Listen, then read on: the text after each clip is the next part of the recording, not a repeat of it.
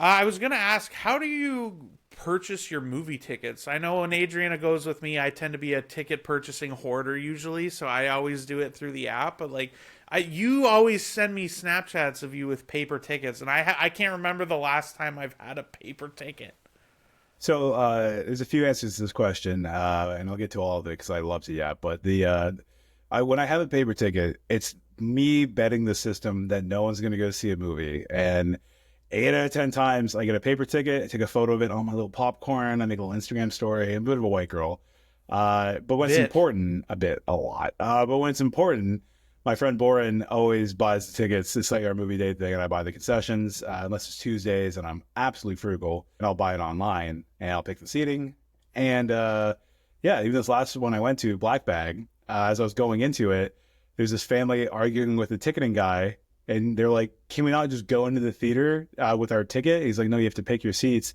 Like, that's outrageous for the price we're paying. And I was like, oh yeah, I forgot it used to be that. Show up early, have the show start at a reasonable time, not 30 minutes of pre-show after the start time. 7 was 7. Now 7's like 7:36. Like I had to get 2 refills before the show starts. Anyways, so yeah, this family made me remember the good old days of getting early was rewarded. I And I will say I fundamentally disagree that that was the good old days.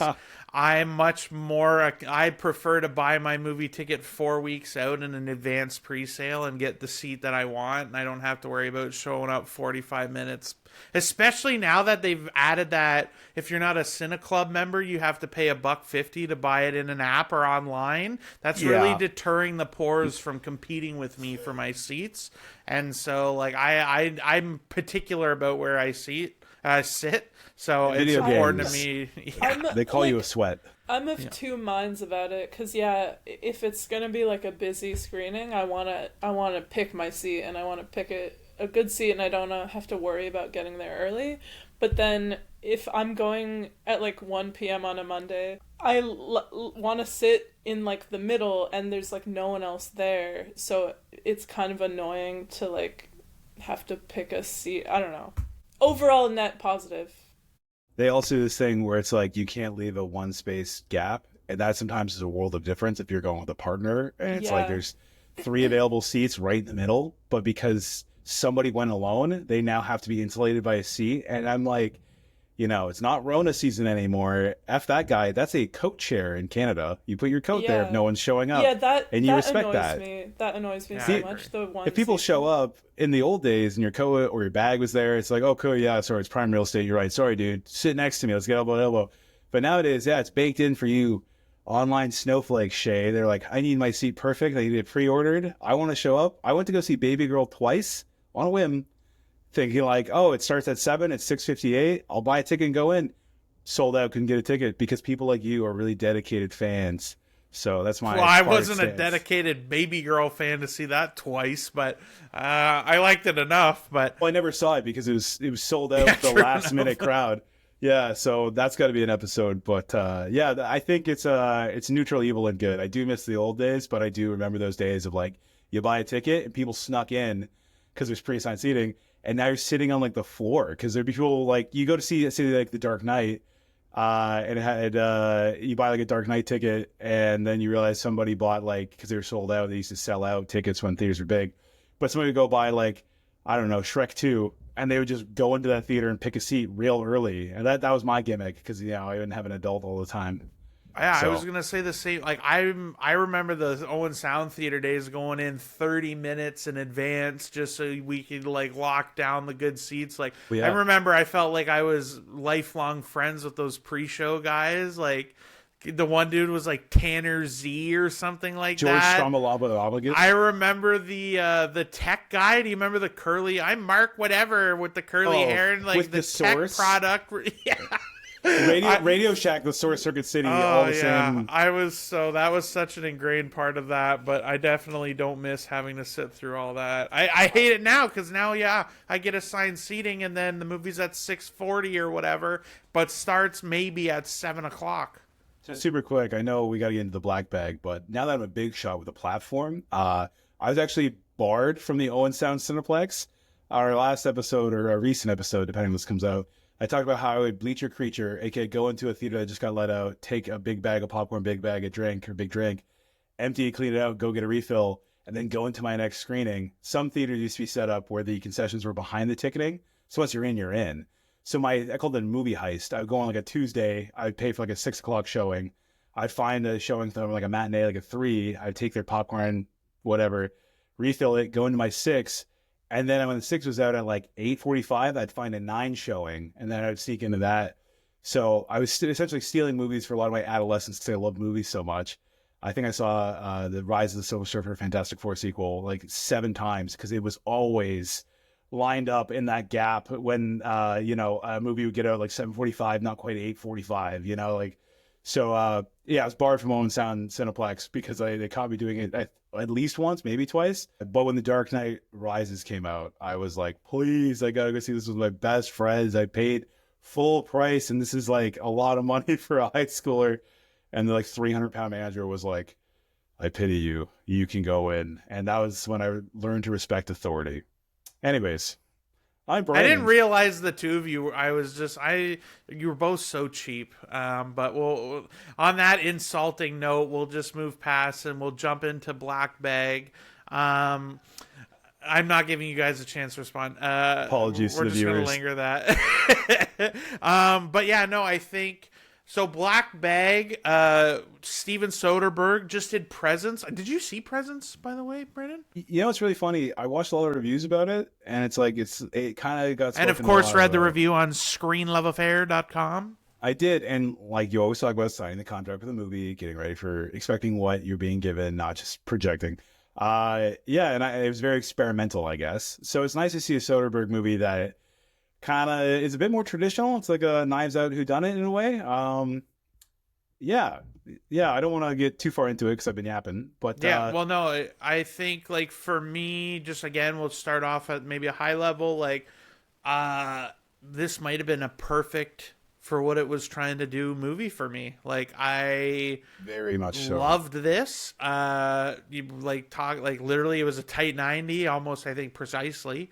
And it was lean, it was clean, and it was exactly like I was smirking the whole time, and then it was done and I was satisfied, and I was like, okay. Like, it wasn't in the same vein, I feel like, when we've talked before, where it was like high cinema. There's definitely good craft on display here for sure too, but like it was what it was. That's all it was, and that's okay because I had a great time and thought like, yeah, I was like, whew, like I was like, damn, you don't get it like that anymore. I feel like it's old school for sure. Yeah. Adriana, did you have any like highs, lows? Do we want to get right into spoilers, or do we want to generally give your little thought, and then we'll jump in because I want to give people a chance if they haven't, because it's worth watching. I should say. I think you summed it up pretty nicely. I felt very similar. It was just like a perfectly executed movie, like for what it was. Yeah. It knew what it was. It didn't overstay its welcome. The script was tight. The performances were perfect. It was like an old school espionage thriller executed perfectly. And I really enjoyed it. I think when we were talking about Novocaine recently, you said you kept saying tight 90 basically, and no movie have I ever felt thoroughly impressed with the timing and pacing like Black Bag. I think I left this theater and we were talking about all the movies we'd seen in the month of March basically, and I expressed that like I have so little to say about it, and I thought you guys were like, oh, you're unimpressed, but truly it was just because it just met all my projected expectations, which is so rare, as you guys know. But yeah, I think the pacing was strong. If anything, I think when the movie started, I was a little thrown off because the dialogue was so snappy, and like they don't hold your hand at all. Like when you talk about the companion, I think I was like, oh yeah, they do reiterate a lot. And I am a slow movie companion. Sorry, the movie companion.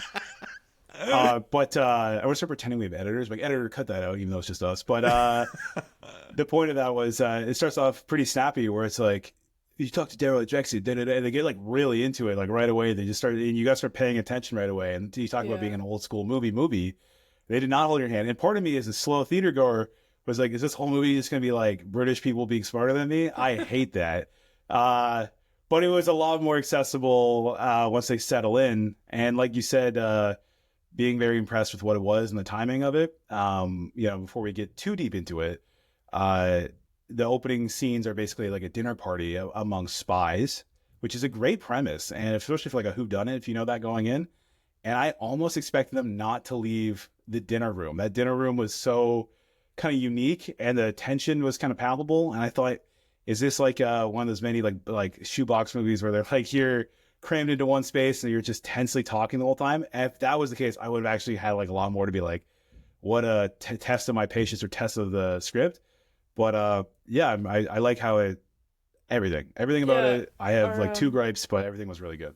Our friend Sam, shout out Sam, said like almost the same thing. He was like, oh, when it got to the dinner scene, I was like, oh, is this going to be like a bottle episode? Are we going to stay here the whole time? That's so cool. And save budget. Yeah, it would have been cool. I also, what you said about it not holding your hand, that's like, I said something very similar to Shay after at some point, maybe in like a Go group chat or something, but like, it just, in comparison to Companion and those types of movies that just kind of like explain things a little too much and hold your hand, this was like refreshingly trusting that its audience would keep up. And even when it was like a step ahead, it wasn't in a way that was like, haha, I'm smarter than you. It was like in a way that like, you'll catch up, don't worry, you'll get there, like we're all on this journey. And I really, really like that. Yeah, one of my friends who's been trying to, it's funny because I say this so pretentiously, I call him a screenwriter, but I guess what he says is he's trying to become a screenwriter. Like he's been submitting scripts forever. And, common feedback is like, it's not second screen enough, and when it holds your hand so much, like, not to derail, but like I've been watching the show From, and the first season's a great mystery, but the other 3 seasons are that same mystery with more bullshit, nothing explained. So by the 3rd season, I'm scrolling my phone and then I look up going, oh, no way. I just go back to my phone. But this movie, seeing it in a theater with like a dedicated audience on like the release day, like I think I saw it Thursday, like at midnight kind of thing. I felt like the slow one being like, okay, who's Cypher? Like, who's these characters, and you start having to commit it to memory. And I was like, oh man, I haven't had to use that reflex for a while. Cause typically it's like very big and bold in a lot of movies. And again, like, I really loved Companion, and, that was a really valid critique I didn't think about. I'm like, oh, they spelled it out a lot, but for average audiences. So, without spoiling anything, I really liked almost everything about this. Some of the themes, even I think the main theme, which I think we'll get into the spoilers about. I think the main theme was probably one of my favorite parts, which sounds really corny, but I don't want to get too far in without having Shay. Well, yeah, give I us a little bit more. Wrap it up. Go see the movie. Please see the movie. Like, this is the kind of thing that more people need to, like, this movie, I believe Novocaine and Opus, which again, that's the next one we'll talk about, but like 3 movies came out, all at the same time. And it was it was a low level, even in the year of the pandemic. And this is, I don't want to derail the whole conversation, but like you talked about like that, the second screen enough, and it's like I looked at the critic rating on this is Rotten Tomatoes, like the tomato meter is 97%. So like again, I think in the same ballpark, like near uniform. This is a perfect version of what it's doing. The tomato meter or the popcorn meter, whatever they call it now, for all audiences, a little like it's lower at 70, and that's still good, like for obviously, but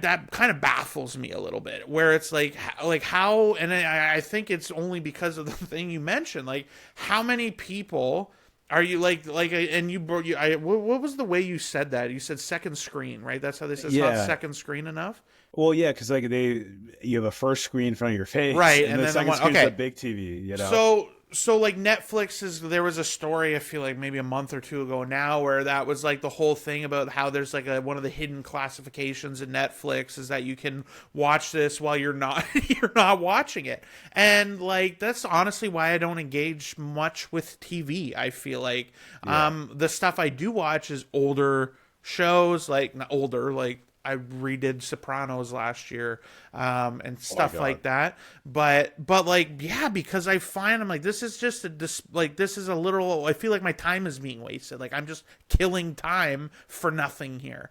Real And quick on that yeah, note, it's brutal. I worked on a Hallmark TV show, and that's the epitome of second screen. And no joke, what's it called? Oh my God, I'll plug it because it's real. It's shitty, but it was like, yeah, Dell drinks a glass of wine, reminiscing her late husband Colton, and looks out at the stars. Like that's the script. That's the side I read in the morning on shooting. And the next scene, Dell puts away the glasses of wine after reminiscing Colton, sees his glass of whiskey from 17 years ago, and remembers about Colton. Dell's daughter walks in and talks about how they miss Colton. It's like, Jesus Christ. It is like the most padded. That summer that I worked on the show, I wrote my own short film, and all my friends were like, dude, it's so repetitive. I was like, oh, okay, because I've been reading Hallmark scripts every day, getting all the props ready, and I was like, oh yeah, Hallmark is known for like bad writing, but it's repetitive. It's second screen. Yeah, they in like this movie, deliberately they don't repeat shit. dumb things down and add exposition so that people Yeah. who haven't been paying attention can like keep up, which Yeah. I hate it. I do think there are a lot of shows that manage to avoid that, but that's like a whole other, we won't go there. But Yeah. it's There's a all good these point. characters that are like halfway through the movie. They're like, they show up just to be like, damn, so you really escaped that serial killer in the woods, but you lost your phone, so that's why you're still here? Like, and they almost feel like the Netflix Are You Still Watching as a Yeah. character, Like, Yeah. Well, but, and yeah, like I think what was so refreshing, like to me, was like, yes, this feels like a movie that we would have gotten 20-ish years ago. That like is just again like it's tight, it's clean, it's 90 minutes, it knows it, Yeah. like there's not an ounce of fat really on this movie. It's not super and flashy either. It's very No, to the like- point. There's no crazy chases. Like, Yeah. it's very just well written and well shown. Which I gotta say is super crazy to me because I don't if I don't know if, of course you read my review of Presence, but my big knock on that movie was I hated the writing on it. I thought it was terrible. And it was very like the best way to describe it, like Adriana I think was the one that articulated this first when we were talking about it, but it was like it's very much like old man writing. This is what the kids sound like today. Like it was terrible. It was Like an terrible. M Night. Like, Yeah. oh, what's your job? I And- love jobs, names, and ages. It's like, Exactly. Which is what a crazy what a that- way. Like that's the same guy that wrote this movie. But I think it was the target. Like that Yeah. made it clear to me that it was like who he was writing. Like this is adults, like whatever. And it was very like in tune with that. But like yeah, like it blew me away because I was nervous about this when I was like, oh no, it's the same writer. Oh Jesus, Murphy. But I can't remember the guy's name. But he's like one of the like biggest like credited box office writers in history. Like he's written movies a ton since the 80s. But this was like David something. Cop? It's like Cap, Kep? something Yeah, like that. But something like we'll look that. it up. But we need to pretend like we need to talk as if we got, like you said, the editor. Like we'll come up with a name, we'll workshop it, but we'll be like, like Joe Rogan, be like, Jamie, pull that up for us. DeLorean, edit We'll that out. have a character, a fourth member of the show that doesn't actually exist. Yeah, like I don't know. I want to say the one thing that like probably the Spoiler-free, Greg. singular. Not even that. Like it's this is like my one thing I loved the most was Michael friggin' Fassbender. Disagree. Oh, Brandon, bro, are you shitting me? Like, dude, I thought, like this was what I honestly thought of you and when we watched The Killer. The Killer, and I love And The Killer. I did not love The Killer. I love The Killer. I thought The Killer was an American classic. But I was like, I'm like, oh, this is a better version of that to me is how I came away. Like, I liked that his character in this, like, I thought, I can't believe. All right, okay, let's get into spoiler talk. jump in. Super quick. Before I spoil anything, my biggest gripe of the movie was actually they add like a flare filter, so any highlight or light source is distractingly blown out in a weird way. It's a stylistic choice, and I respect it as such. But for me personally, it took me out. Like all the low light dinner scenes, the candles are like hard to see through. The lenses felt very retro. Again, it was very like chosen. It was not a fuck up, but it did take me out a little bit. Thinking if this was just shot like 4K Netflix quality, the performances and the story were so good. The cinematography is mildly distracting, especially when the sets I thought were also very dynamic and like contemporary. Like it felt like we really did live in this setting that was like modern, like MI6 James Bond, with you know, some weird kind of retro stuff like the radar room without spoiling anything. I thought was a cool, like, it looked retro even though it was all very futuristic and modern tech. Again, spoiler free, because I want to get to the spoiler shot and talk some serious shit. Dig in. Everyone knows how we feel at a high level. Go see the movie. Yeah, but the last spoiler thing, I guess, is I immediately left trying to be witty and funny.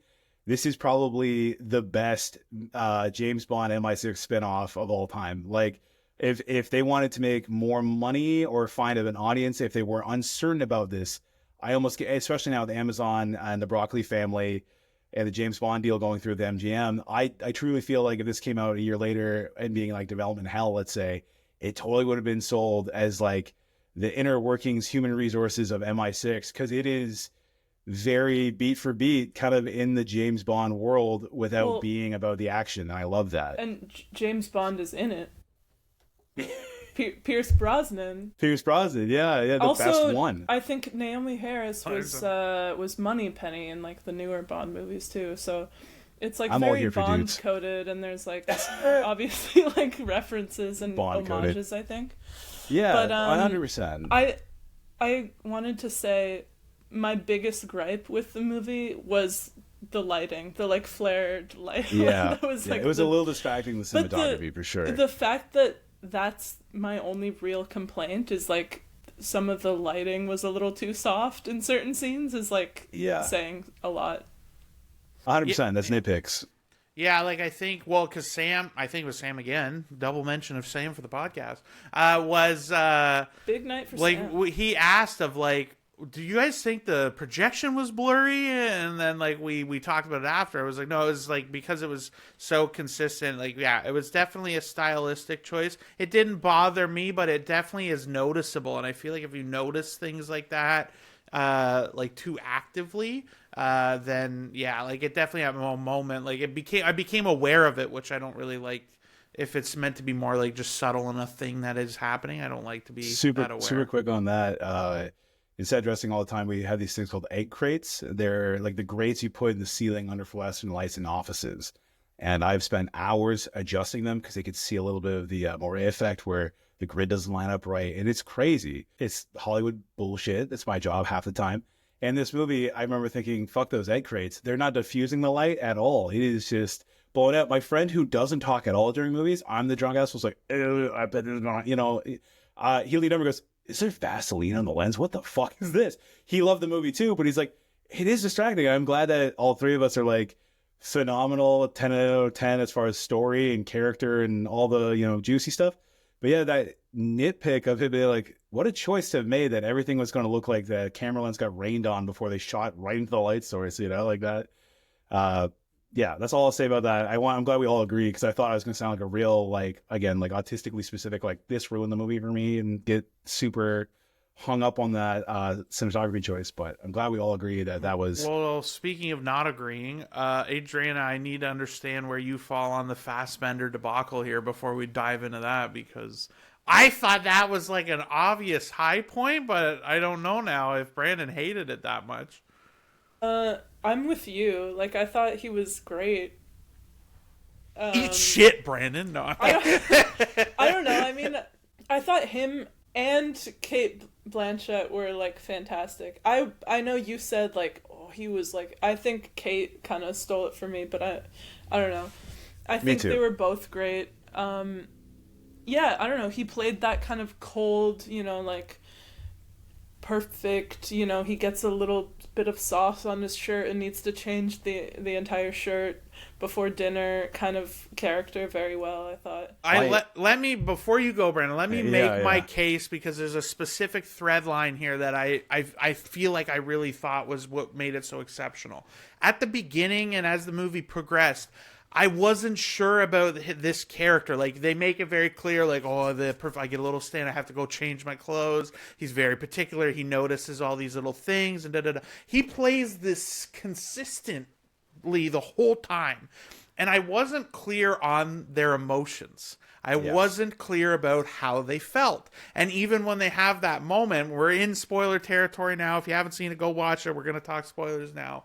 They have that moment in bed before, and it was like, would you lie for me? Would you kill only for if me? I had? Would you kill for me? And it was like, would you lie to me? Only if I had to. And that's at that moment where we think she is involved in some sort of conspiracy. And he changed nothing about his performance. And I think this is also a credit to the writing and everything, but to maintain that consistency. But then as the movie, as the picture becomes more clear for us, Vaseline joke, as the actual picture of the movie becomes more clear for us, I fully understand their love, their connection, their bond, and I feel it from him. And that, to me, again, there's a lot of things. That is the writing, that is the direction. But to play that's just so cold and calculated, and this is everything I just said, by the way, also applies to Cate Blanchett. To play this consistently, and then through the course of just their action, and like they don't, I love my husband, and have like some emotional beat, but they just keep going when they're like, and don't you guys ever try to play us like that again, kind of thing. But just delivered so like flat and matter of factly that like I just adored that role, because I was like, oh, this was just so well conceived and consistent. Like, it was like everything else emblematic of this movie. It was just perfect for what this was, and it worked so well in that. And I loved that. I loved that a lot. I thought it was so smart to like have like the setup right from the beginning.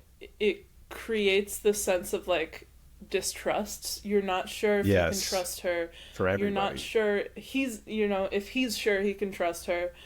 And then by the end, you're like so certain that these people would absolutely like kill people, break laws, like, do anything for each other.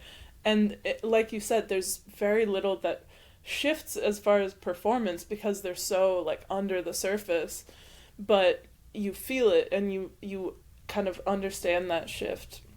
And I think there's only like one kind of brief sequence where like he's kind of sweating in a way that's like apparent, but even then it's like so subtle.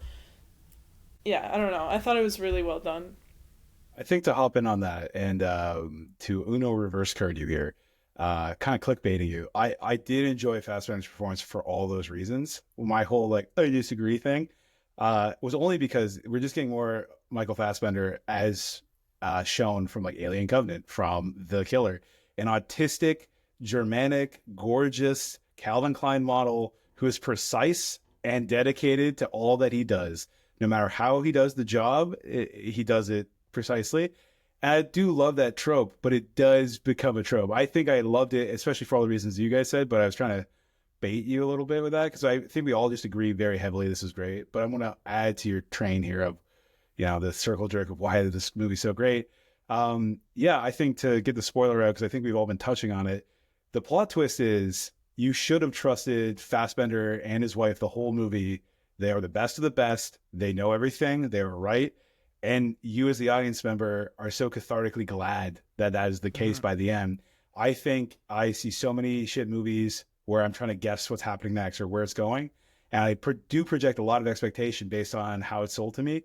And this movie, every time I thought it was going somewhere, it didn't. And I even thought when you see, say, the movie receipt, the movie ticket in the garbage can, I was like, that's so amateur. Why? Like, there's no way she even did that. And sure enough, it's a throwaway line like, that was amateur. I don't even know if they explained that. I almost like think they left the girl that in. put it in there. Yeah. Okay. The girl I was, okay. So, but I remember so much of this movie, I think kind of like when we talked about Novocaine, where it was like, when it's explained at the end a little bit, even if it's subtle or whatever, it does give it a lot of credibility to scenes earlier where I was like a little bit half like, seems kind of generic. And I think, again, the premise of Black Bag, I was like, is this like a robbery movie? I don't care. I was so uninvested going in. But Black Bag's the code word they use when they have to tell somebody this is, top secret. I can't tell you. Yeah. And the whole theme of this movie is trusting your romantic partner, not trust, but trusting your romantic, intimate partner. And you see several couples and how that affects them. And when you have the perfect job, the perfect alibi to cheat, and they all do, except for Fassbender and assumedly his wife, when the whole movie plays out the way it does, by the end you realize they are a power couple for real, and you don't meet your heroes and they die. They are actually just good, wholesome, they make it work, and they're almost like the people who looked up to them and then resented them for how good they were. By the end of it, it was all warranted. And I love that, sort of like the redeeming thing I said about Gladiator 2 was the main character really doesn't change much. He's always the GOAT. But in this movie that's actually smarter about that, Fassbender is always the GOAT. And even when I thought he was the one duping his wife, the guy who never lies finally lied, phenomenal that it's like, yeah, they are actually legit. And I love that they got played against each other because people anticipated them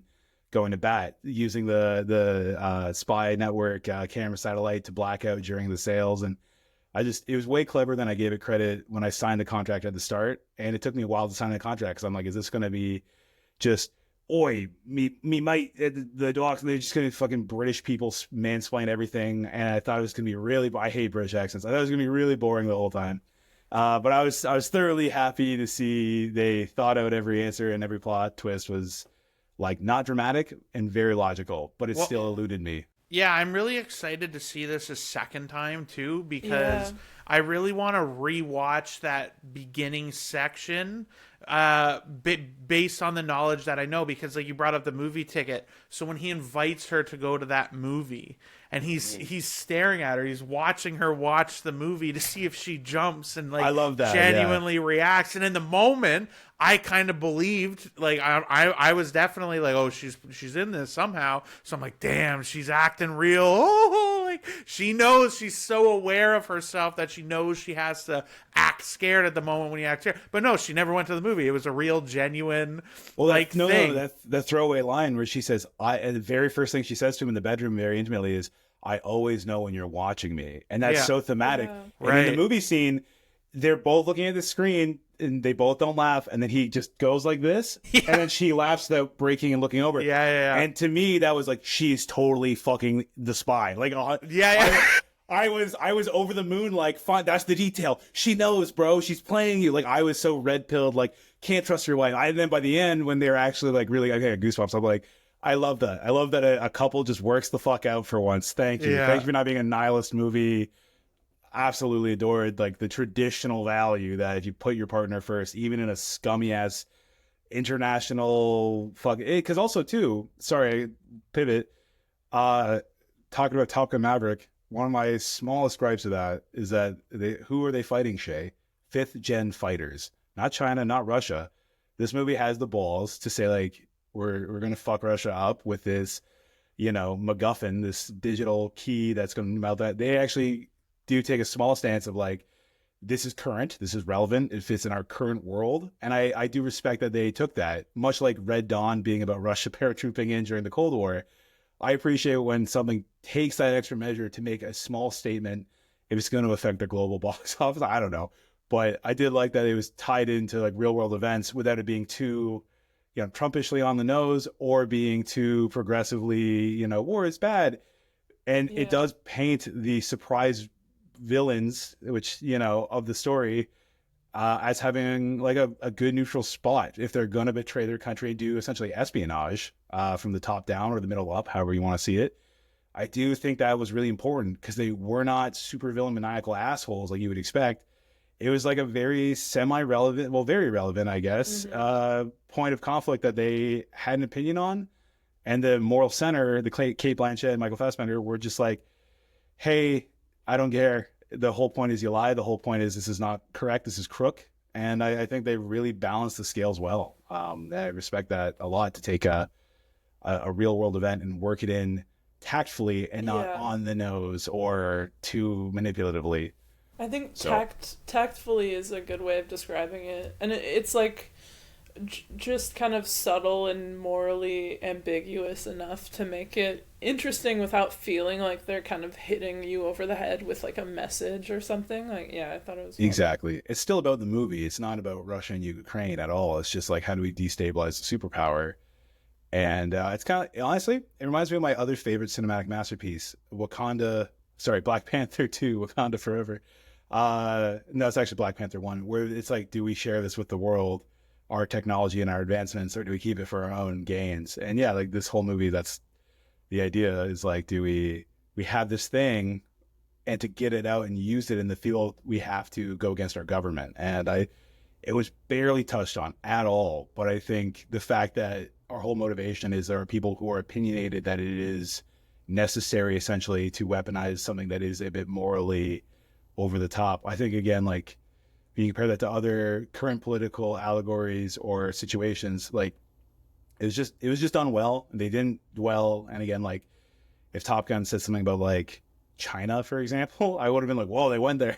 And they're smart enough not to, because that was one of the most like highest grossing movies of all time. And this movie, $50 million budget, made 14 million thus far. So maybe it hurt them.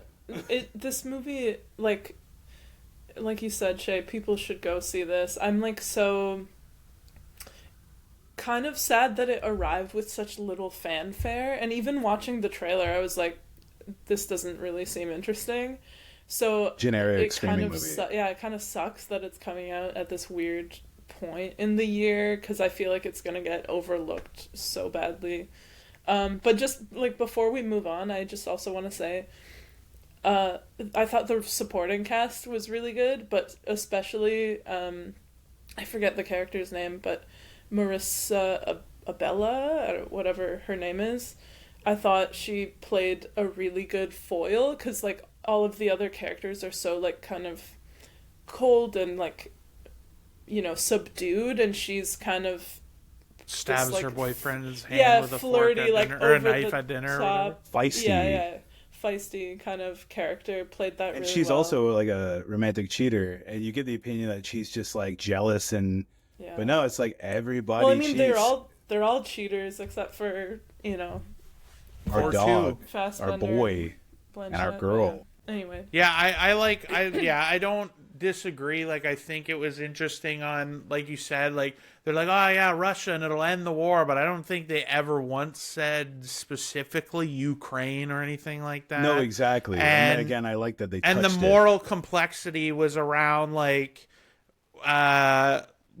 well, okay, they're gonna melt down a nuclear reactor, and that will kill 10,000 or whatever the estimates were, innocent people, and that was where within the espionage and this whatever it was, I don't know if they actually even said MI6 or whatever, but within this spy unit that they're all a part of, there was that inner conflict where that sacrifice is worth it. And then there was the people fighting back that were like, no, it's not, we can't do that. And so, yeah, like, it was interesting enough that it was there, and we did mention it, like, when we came out of it. But, yeah, there's just at the end of the day, like, my only thought on it is go watch it, like, please. And give yourself a chance to enjoy something that you should watch and engage with and pay attention to, because it rewards that, and you'll feel really good if you follow along with the story as it unfolds. Like, it really hit on all cylinders, and this is the kind of movie I would love to pack in like month after month. We should get so many movies like this on just like a high level on what it is and what it can be, and just tight, clean, exactly what it wants to be, nothing more, nothing less.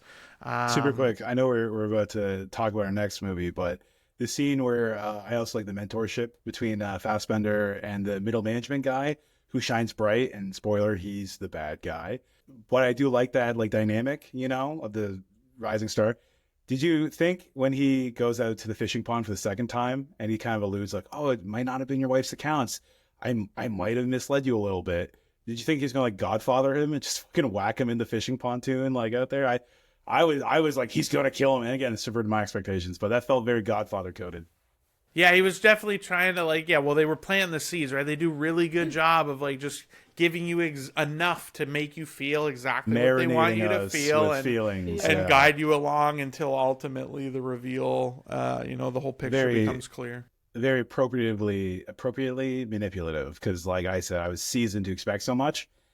And it wasn't hard. I'm very easy, susceptible, and it totally subverted when it needed to, and paid off when it needed to. And none of it was cheap. It works well. You don't feel like, okay, well, yeah, I didn't see that because you intentionally hide it from me or whatever. They didn't do the Saw thing where at the very end they flash back to all the hidden payoffs that you didn't see, and you're like, it was totally that guy we didn't see doing all the things behind the exactly. Yeah, phenomenal for what it was, but yeah, it does need some support because it is not fair. Get out there and see it.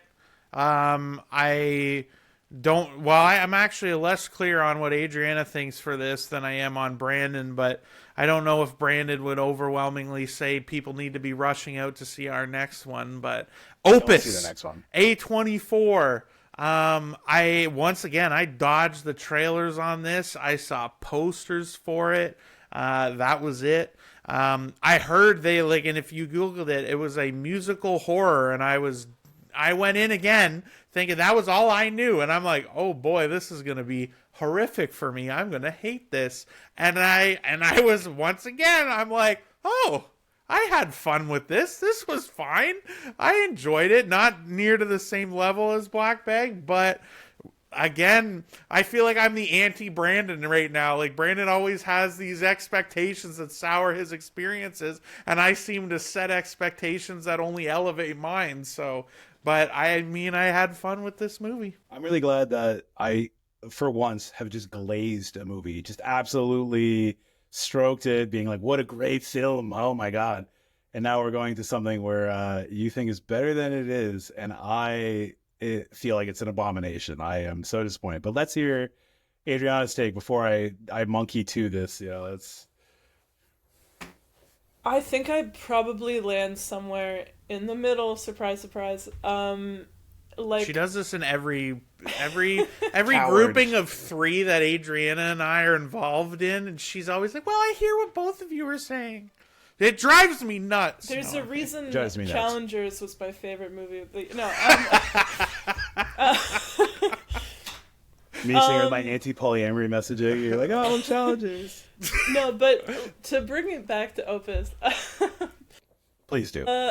I thought it was fine. Like, I thought it was like not quite what I expected, because Shay kept saying it was a musical horror, and I was like, no, there's no way it's a musical. And it wasn't. Spoiler, it's not a musical in the way you think.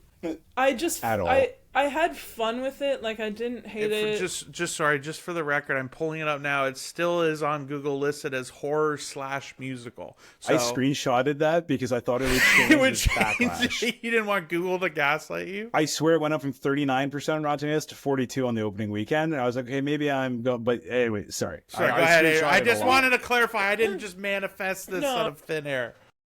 I had some issues with it. Like, it felt very.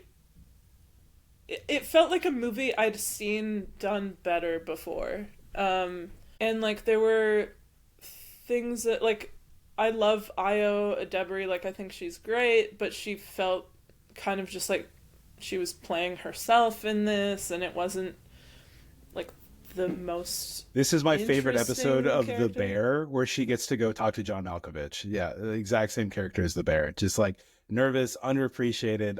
That's all I'm saying. I'll come Yeah. back to it. But yeah, I agree with you there for sure. It felt like she wasn't doing anything new, but I also didn't find it very like compelling either. I Yeah, was and like- then and I think the movie like doesn't really, kind of similar to Mickey 17, like it raises some interesting questions and ideas about cults and like celebrity, but then it just like doesn't really dig deep enough into them, and some of the pacing felt really rushed. Like, people start, well, I don't know if we want to get into spoilers, but like let's people not spoil start it. dropping Yeah. like very quickly, and it's like I didn't even know who that guy was yet, and he's gone.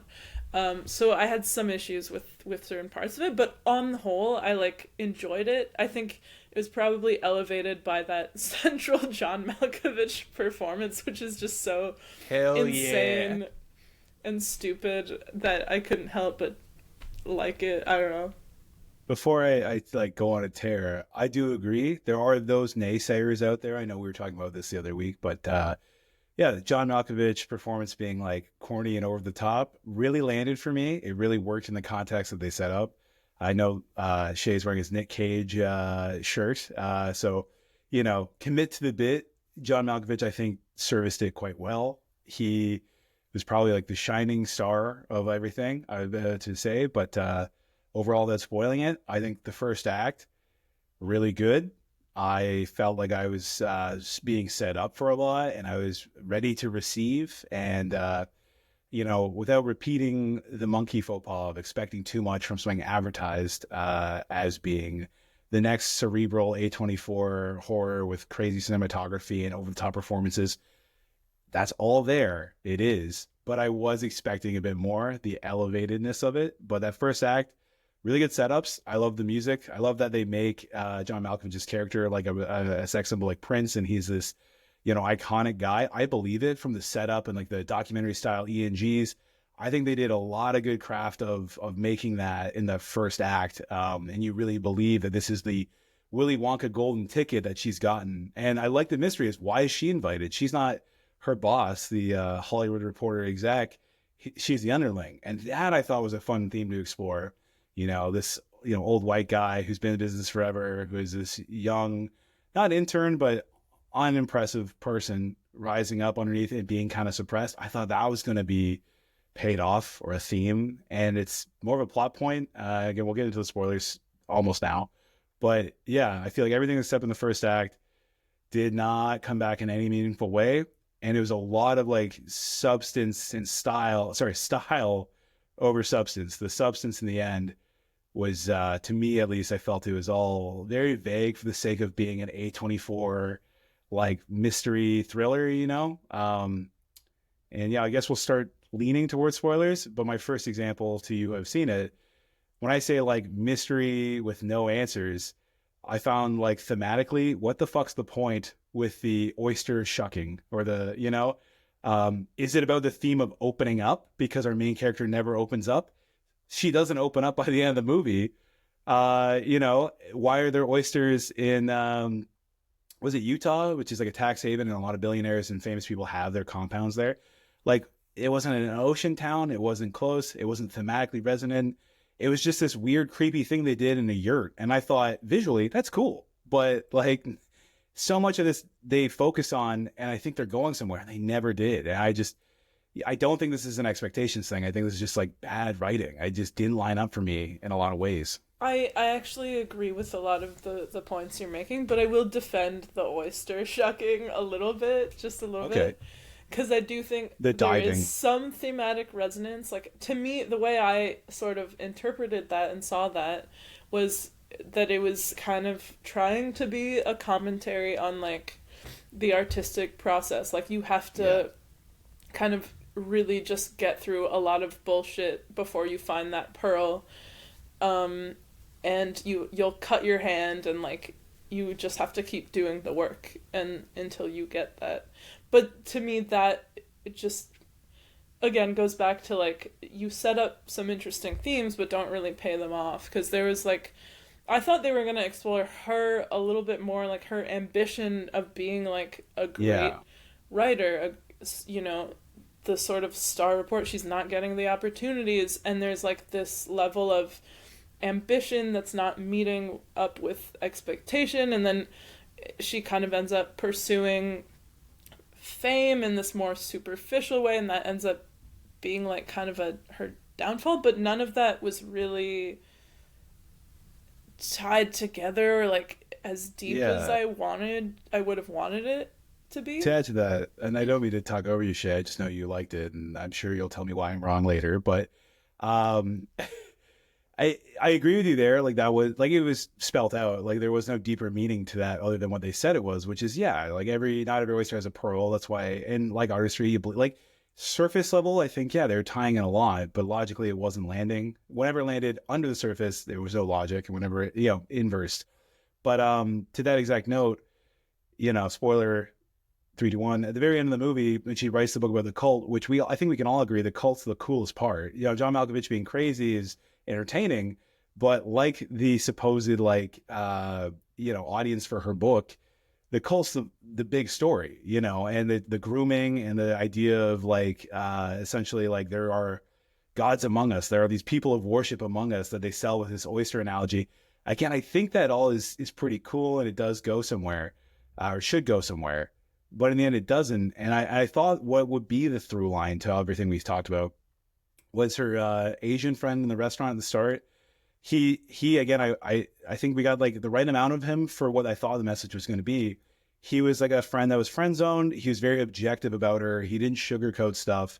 He wasn't like, yes, girl, you deserve the world. You know what I mean?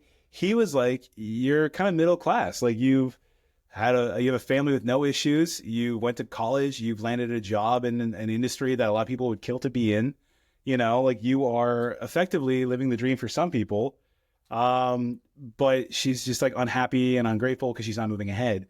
But I think what my whole thought with this was he was trying to set her up as like, you're not super repressed. You're not super unfortunate. You are going to the Willy Wonka factory. You are in your career. You're having like a phase of depression, maybe, or phase of unfulfillingness like we all do.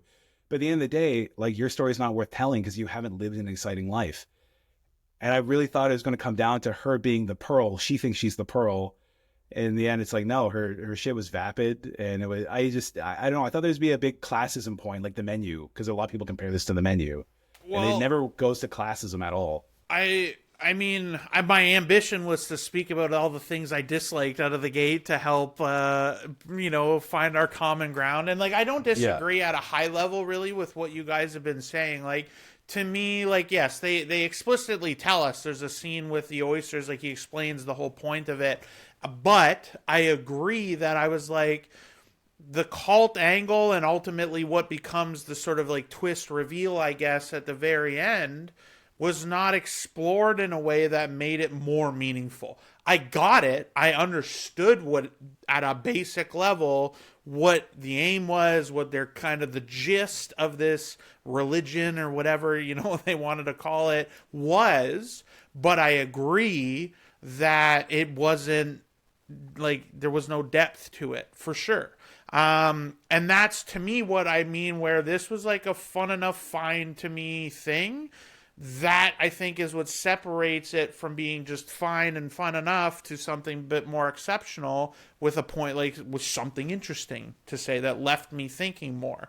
Like beyond the twist reveal being like, we've had all these different forms, but now it's like artists effectively trying to run the world kind of thing. And what's people. Right. And it's like, I understood that. Like when he explained it, I'm like, okay, I get this. But I would have liked to have more of a better. Like, I would have liked to have a philosophical debate earlier in the movie when they're on the compound and see that manifest, with the people there or whatever. So, like, again, to me, it was like how it impacted my viewing experience was like, I wish there was more to that. I wish there was more depth enough.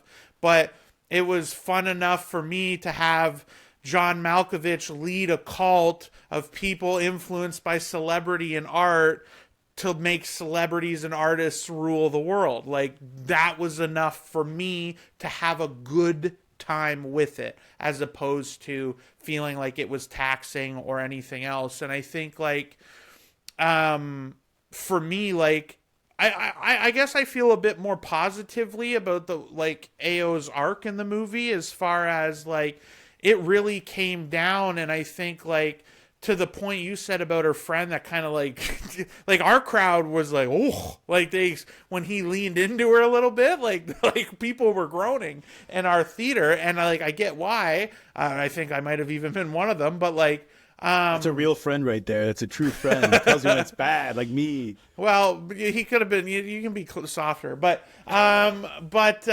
like, she never once, and we get this in the kind of aftermath of the cult stuff, she never once questioned why she was there. Or at least in anything that we saw, right? And she was so eager to write this thing for herself and do this that she didn't see the ways in which she effectively was manipulated into doing exactly what he wanted.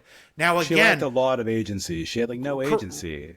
Well, but I think, like, that tied in with what they said at the beginning, like, about, like, you're not the person, like, she got lucky. He was like, like, and again, like, I don't want to overstate, like, the impact of this, because I still also don't think they did this clear enough or deep enough. But, like, when he was like, I read your piece and you said about that person had a nice chin, like, she was a vessel. She was not autonomous, and he picked her because of that. And so like I was like okay with it, but like but that was it. I was okay with it. I wasn't like, oh, like I wasn't excited about it, or I didn't have like this oh moment. I just went, okay, yeah. Like it didn't hit in an impactful way, but it made sense. And that's where I think like levels this out. Like I think I maybe gave it a 3 out of 5 on Letterboxd. Like I definitely would put this in the like it on the Screen Love Affair scale. But like yeah, like by no means, like I agree basically with everything you said. I think it just ultimately comes down to, again, like maybe it was like I don't, and like I was wondering as you were saying this, I'm like, is this like a low IQ thing for me where like I just like mind wipe myself? Because like I know a lot of people that like, and Adriana and Nick and I have had conversations about like the A24 of it all. My brain doesn't, I still, and like I've seen so many of their movies, but I didn't think anything. I'm like, oh, musical horror. Like literally that was all I could think about. And so then when there was no like musical number in the conventional sense you think about it, yeah, like I was like, oh, like, yeah, like again, an unexceptional. I'm not eager to watch it again. I don't think a rewatch deepens the mystery because, like you guys also said, like from a script level, this is incredibly formulaic. You know exactly what's going to happen. Even when I didn't know the setup at all, I didn't know nothing about this. You're like, okay, they're getting lured onto a compound in the middle of nowhere. Oh, and look, and like, I didn't think there would be cult people there. And then when they do that establishing shot, there's all the cult people. I'm like, oh, okay, there's cult. Okay, I know exactly how this is. The cinematography in this movie too was great. Yeah. If anything, it would have been like more interesting if they had subverted that, just because like we've seen it before. We know this. A huge part of me wanted this. Make the cult not evil. Make the cult a commune. Maybe they're just making art, you know? Like maybe it's just alright. Yeah. A huge part of me had that thought halfway through where I felt like I was getting so let down by so many points. When you said your opening statement was basically, you know, you had a lot of faith in it, you thought it was good, similar to me. But when they start dropping like crazy, like essentially the protagonist group, like when you watch a slasher and there's like 8 not lovable rejects and they start dying one by one.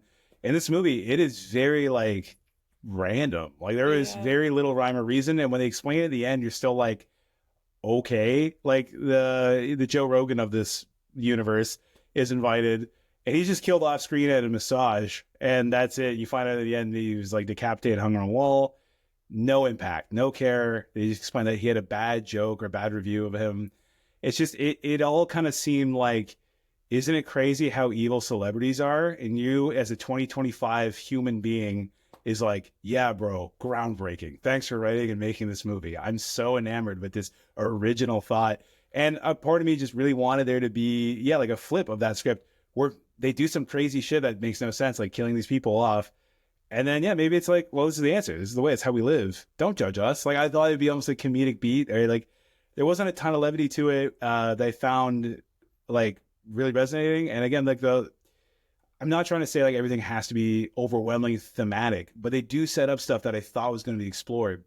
Without getting into my phone again, the guy who wrote and directed this, it's his feature film debut, directing and writing, and I think the movie looks really good. And I think like there's a lot of points in it that I was reinvesting, like trying to, like I had the contract out with a whiteout on it, trying to re-sign the contract, but I accepting on its terms. But I just, whatever payoff there could have been, I just felt like it was diminishing returns. And again, I love the John Malkovich. I love the cinematography. I love that they would do some establishing shots on a drone that start off like a normal shot in the middle of the road. And they really went for something kind of like unique that fit this, like, again, even the audio, doing a lot of these like fake John Malkovich, sex symbol, like they really put effort into the production of this. And I love that. I love the production of this movie to no end. And that's why I'm so frustrated that it's like, you're not rewarded for paying attention. You're not rewarded for caring. You're not rewarded for looking for growth in the character. Like at no point does she kind of like escape them on her own merit. You find out she was supposed to escape them. But why does that one, I'm sorry, I'm rambling, but there was one lady, her concierge that would follow her around all the time. They set her up to be like a subtle boss battle, like like not John Malkovich, but she would have to beat her first to get to the John Malkovich kind of thing. And when she escapes at like the 90% part of the movie, she escapes the compound. She chases after her in an ATV trying to catch her.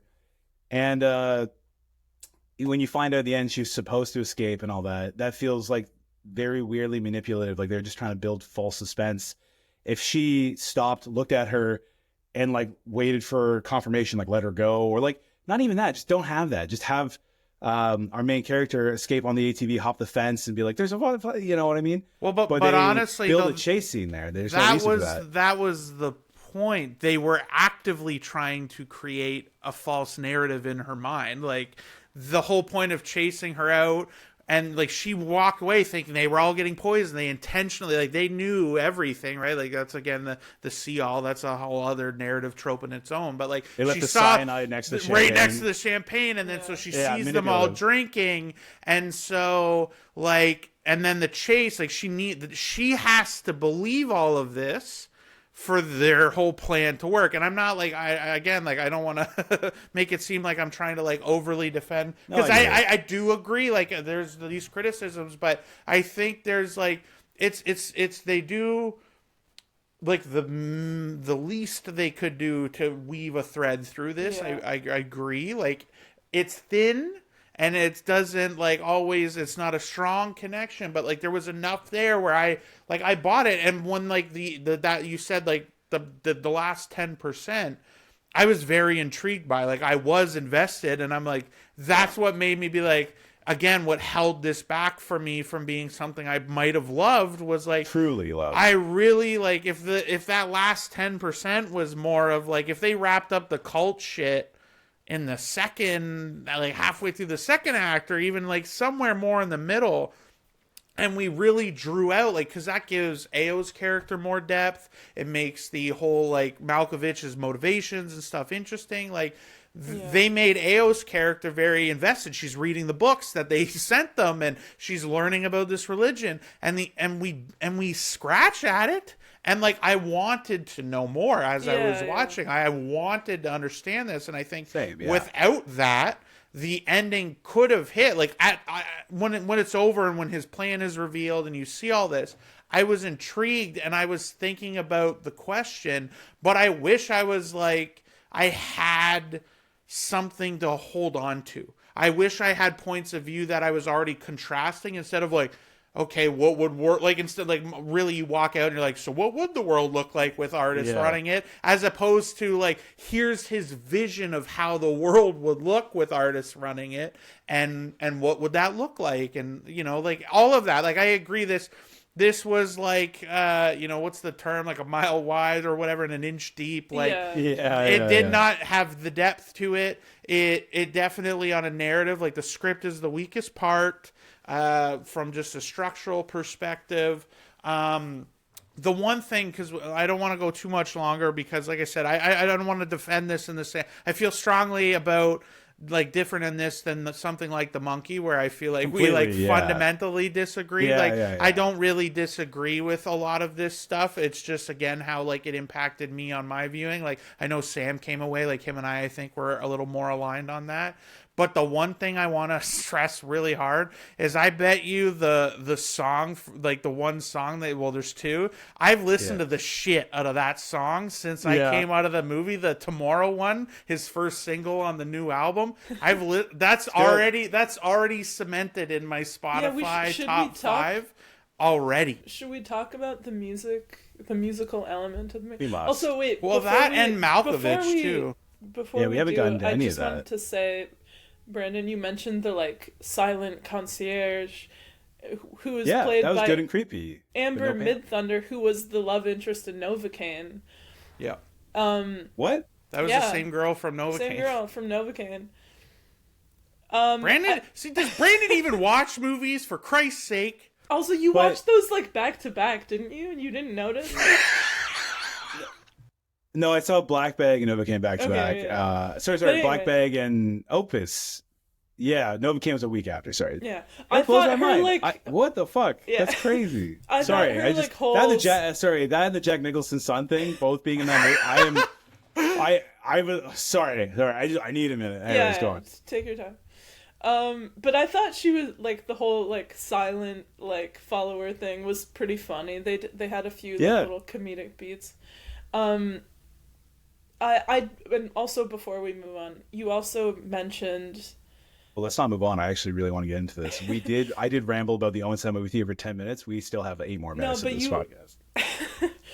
You mentioned that this is the director's like debut First, and yeah. and I think like Strong people for are the being first. really hard on this movie for Yeah. like it's his first movie and it's like this like well shot and edited. I think there's Yeah. like a lot there that is like worth praising, even if I do have a lot of like issues with other parts of Yeah. it. But And to sound like a Family Channel special, to learn my lesson from a previous week, yeah, like I think, knowing the marketing for this rubbed me the exact same way as The Monkey, where it was like, big titles, big spook, big, like, look at this, cerebral thriller. And then it's a horror musical with a 39-42% Rotten Tomatoes.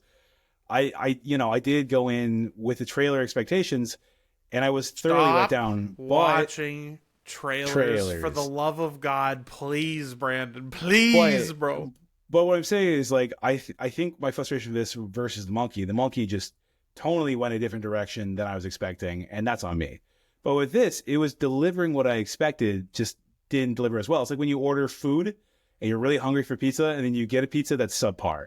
And so I truly, like, that's it. With the monkey, I ordered pizza, I got ramen, and I'm like, what the fuck is this, But with this, I truly was being delivered this kind of like inquisitive mystery cult thrill. Again, picture Midsummer. It's compared to Midsummer. It's compared to The Menu, where there's this like elite that are experiencing something that's once in a lifetime. You know what I mean? Like, it draws on so much of the zeitgeist, and I think it's a fair comparison. And they don't do enough zany comedy to pull you out. I think all the jokes in this landed really well in my theater. We're like, oh, so you're a cult that doesn't do anything? And then John Malkovich goes, no, that's Congress. Or, yeah, like, not a AO great joke. said that. Yeah, AO yeah. said that. It landed really hard in my theater. And, like, there's, I think, 1 or 2 other like that. It was like 10% or less comedy, and it always landed. I think the John Malkovich of it all, like Renata, my girlfriend, did not buy it when there was the Chuck Norris, Bruce Lee.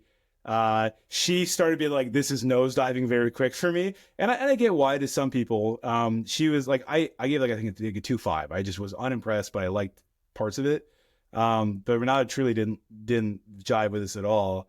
And to that, like, I could see how like the average moviegoer might go, who's that old white guy he was not a sex symbol to me. Like, if you were a Gen Z who's 20, you go, who's that? And now you go down a John Malkovich rabbit hole and you go, weird.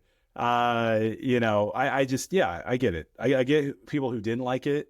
But I think I didn't like it because I felt like it flew too close to the sun and didn't deliver anything. Like, it was offered up like an A24, again, cerebral thriller, and it was a horror musical. And I don't think it was that either. Like, Well, okay. I want more from this guy. I want more from this director, but like refine the message, refine the. Well, the twist was good at the end, but it wasn't good. It just wasn't a good viewing experience. I feel like my head's gonna explode because I'm losing my mind so much about the fact that, like, you're talking about how it sold and what it was going, like they were selling it as this, and I totally get that. Like, it's I'm not coming down on you for this, but my problem is, like, and my way doesn't work. The whole brutalism thing either. It's not a flawless system, no matter how you do it. The whole brutalism gap, where I thought that was gonna be some violent action epic, and it's just that right. But like, I had no idea, so that it can hurt you it was a too. Herman Miller origin story. But the thing for me is, like, me and Sam, Sam doesn't even want me to tell him the name of a movie we're going to go see. Yeah. And I do, like I said, my absolute best to dodge anything.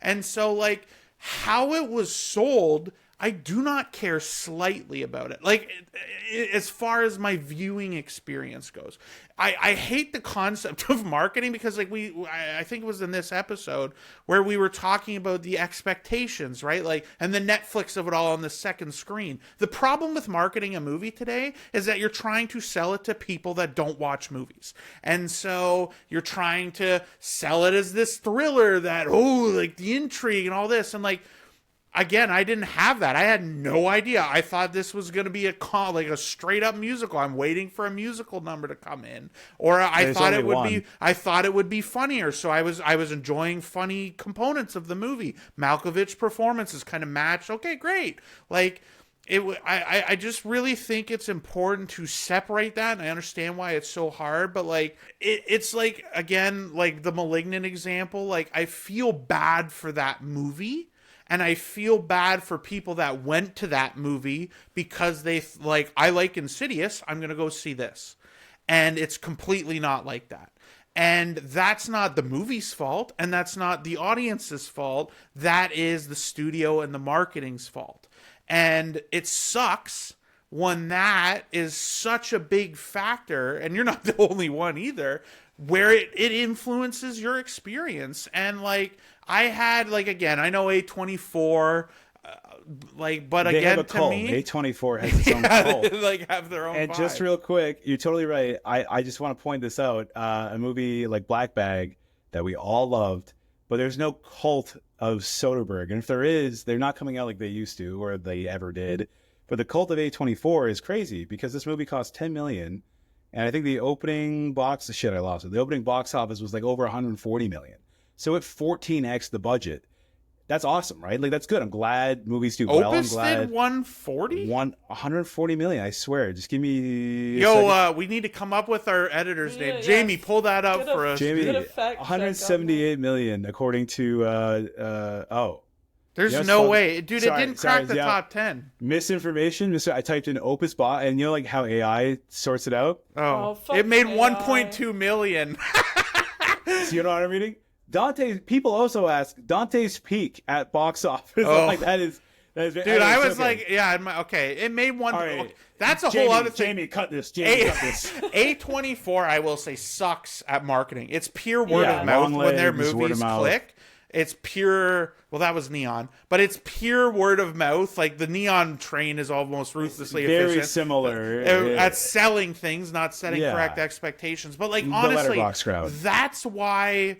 Like, again, it's such a hippie thing. Maybe I should be in the cult, but like, I want the purest experience for me possible. And like, I wish I could be the Sam and the Sam Shay relationship where he's Yeah. like, we're going to 2 movies, buckle up. And I'm like, okay. And you have zero idea going what's blind. going in. Like, I knew it was the title. I knew that it was musical comedy. That's still not enough to go on. But, that to me is like, I feel like as we've talked, a few episodes in now, I feel like that's kind of the thread a little bit in some of this, is that like I make such a wildly conscious effort to avoid this, and I just Right. and again, maybe it's also just taste, but I seemingly just am having more fun with things. Like I enjoy things a little more, and it's like, you can like shit and dislike shit for a variety of reasons. But like I saw someone's like letterbox curve, we talk about the bell curve. Mine definitely skews more positive,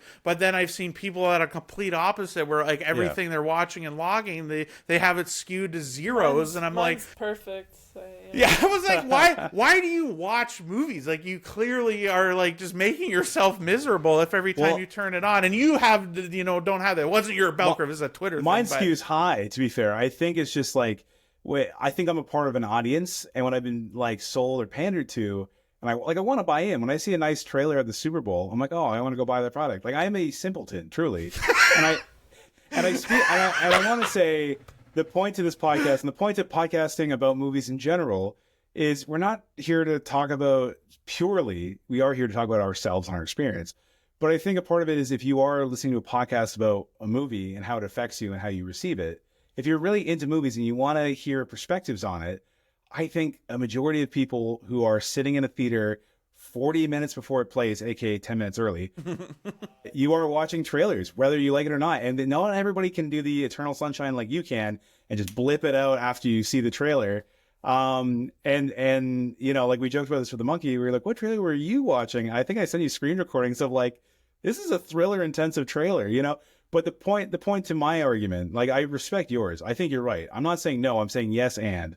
But I think for a lot of the movie-going public who do listen to a podcast, even if there's like 8 viewers on this, the whole point is to kind of like take it in stride. I think a review is dishonest if you don't factor in marketing or how something is sold. It's important to stress how you enjoyed it and interacted with it. But I think there is a level to expectations being set by the company putting it out. Because otherwise, it's like But if yeah, like Axe I body spray know. sold you vomit, you would hate it. You wouldn't buy it. I know It'd be Adriana wants disingenuous. to go. I just want to make Yeah. expressly clear just to you, bud, that like I am not shitting on you specifically. Like the problem is too, no one sees trailers. They just go, "It's on Netflix," and they just put it on and start doing their shit. So Yeah, like, fuck the general totally. Well, but like I I don't know totally hard get feelings. what. Yeah, it's not like again like it's. I'm just trying to point out that I feel Yeah. like that's really what's coloring our experiences, and it's like you have some level of control over that, but I want to let Adriana go because Well, I okay. definitely Can don't I wanna go dominate. on a small tangent? Please. Based on Especially that? if it's about the Opus. So no, it's about trailers. Um, I feel like just as you were talking about trailers and like that being the main way that the general public like learns about movies, I feel like I remember being a kid or a teenager, whatever, when I was younger, going to the movies. I really looked forward to the trailers because Yeah, it you'd was be like excited.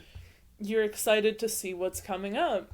And somewhere along the way that totally 180'd, and now I don't want to know what's in, like I don't want to see the trailers because I think like all other content, trailers have gotten worse too, and they've gotten dumber Way and they worse. spell things out like way too much. They give away Short plot films of a detail. movie. Yeah, it's like Yeah. there was one we saw before, I think Black Bag, where it finished and I was like, well, I don't have to go see that movie anymore because I just saw it. They just give away so much, and I think it's partly related to what Shay was talking about earlier about things being dumbed down for like the Netflix audience and the two screen thing. Second screen. The second screen, yeah. But then I think a part of it also is now I get most of my movie news through other means, like mostly through Letterboxd. I see what people are watching at festivals, and I try to avoid learning too much about those movies, but I'm like, if anything looks even remotely interesting, I'm like, I'll add it to my watch list. I want to see this. I'll keep an eye out for it. You are definitely, not to tangent here, but you are definitely the most watch listed person I've seen on Letterboxd. I'll go to see a movie and I'll see if either of you have reviewed it. And if I've seen it, it's on your watch list, Adria. You're always watching it, and I appreciate that. It means that my friend hasn't seen it, but you've made a moment, and yeah, I think watch listing something's important in today's age. For me, Letterboxd is for three reasons, three purposes really. One, it was like just to track what I watched. Two was like to find new things to watch, to like learn about upcoming movies, just to find more, absorb as much as I can, and learn about like what there is to watch, and like learn about things and find more. And then third is just to put my random little thoughts out into the world that hopefully no one reads, but anyway.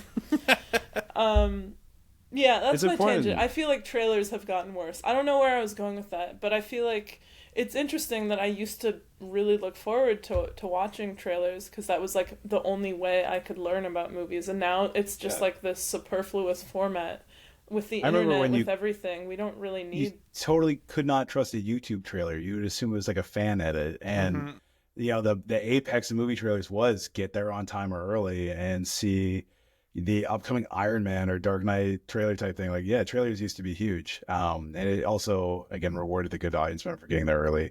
But I know this is running a bit late, but I guess to summarize everything about the expectations debate on Opus, which I think largely we could agree did fall short. There was no complete brain rot misconception like, but when I left the theater, I went to Letterboxd to see, am I treating this like The Monkey, where I went in expecting horror genius and I got an unfunny comedy to me, which is funny to others, but a lot of the reviews were kind of also slamming it. And one of the reviews was like, I actually saved it. I have to say it because it does evoke a feeling I had for, oh my God, that movie is Channing Tatum. I can't even remember it. The one where it's like they don't remember show on the island.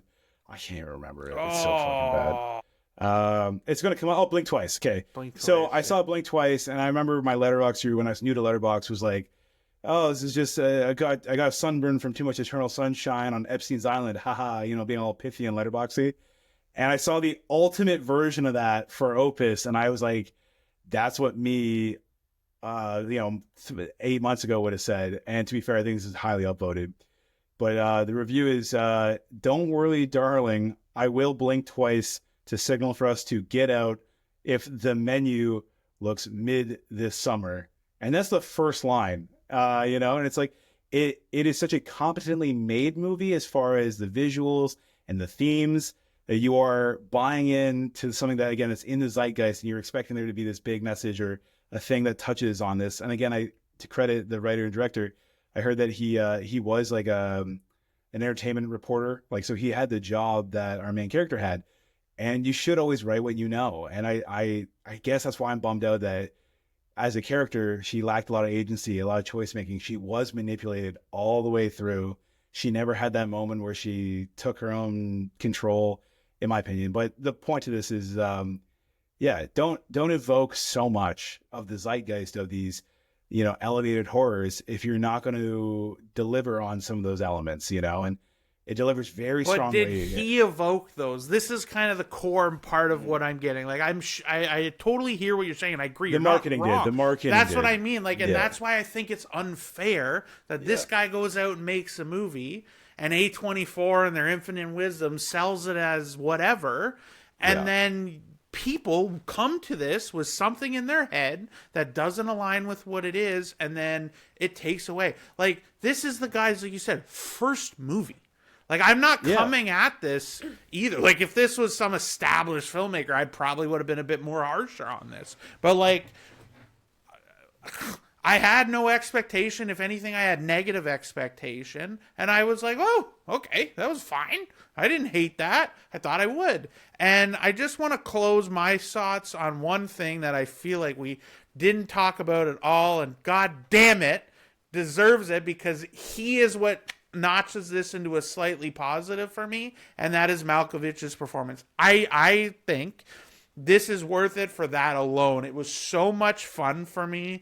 I love these hammy performances. My boy, that's what I live for.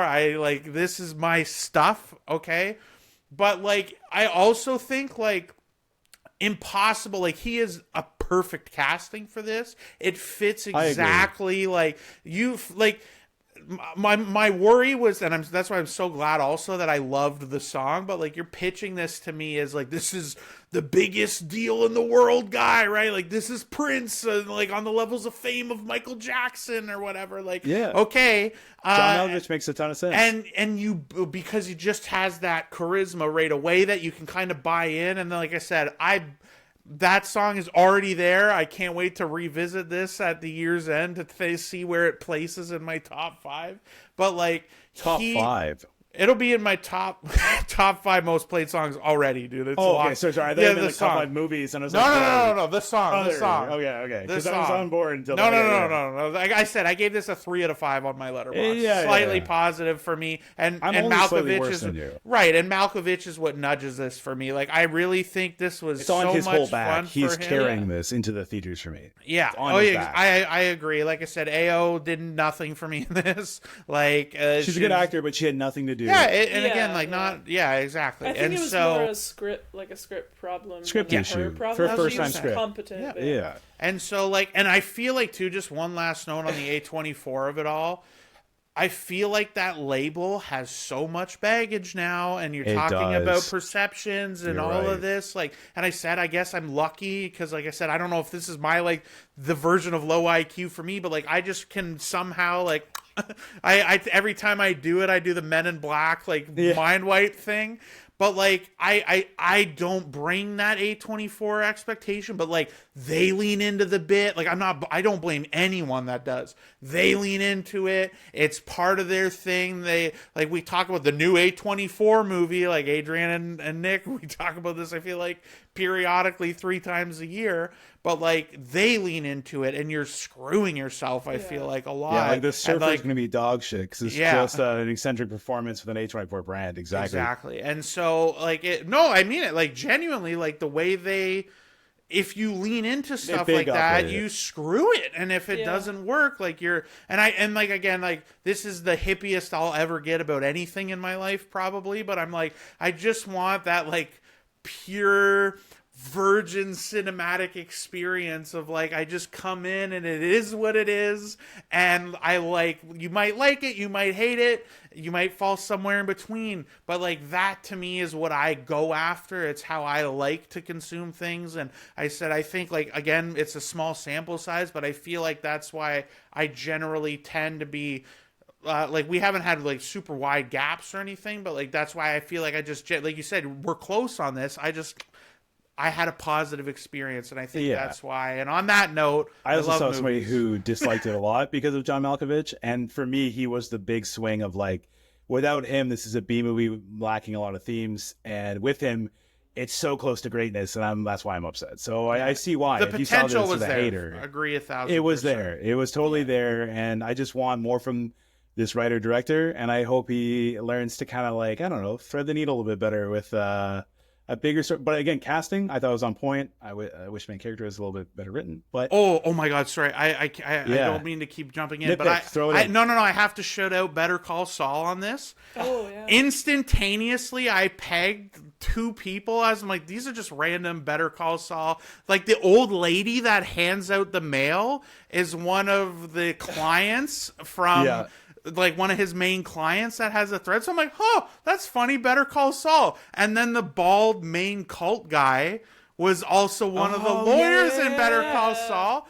And I'm losing my shit every time these Better Call Saul people come on. DLZ by the end credits was Breaking Bad song. I'm like, what is going on? And then the credits scroll up and it's like filmed in New Mexico. I'm like, like I was losing my mind, dude. Like I feel like it was just me, and I wonder if this is what made it a 2.5 to a 3. Like I just loved that so much, and I just like laughed. I'm like, that's the old lady, and then I went, holy shit, it's that bald guy. I'm like, this can't be a coincidence. And then the Breaking Bad song, I know this is definitely not like from Breaking Bad, it's an actual song, but like the hits for the credits, I'm like, okay, what is going on here? Like, so anyway, that was just an anecdote that I had to get out because I thought of it the whole time I was watching the movie, and I love that show. So just needed to mention that. I'm glad the New Mexico talent is eating well. These actor members in New Mexico are eating well after our Opus. Yeah, there you go. But that's it for me. That's it for me on this.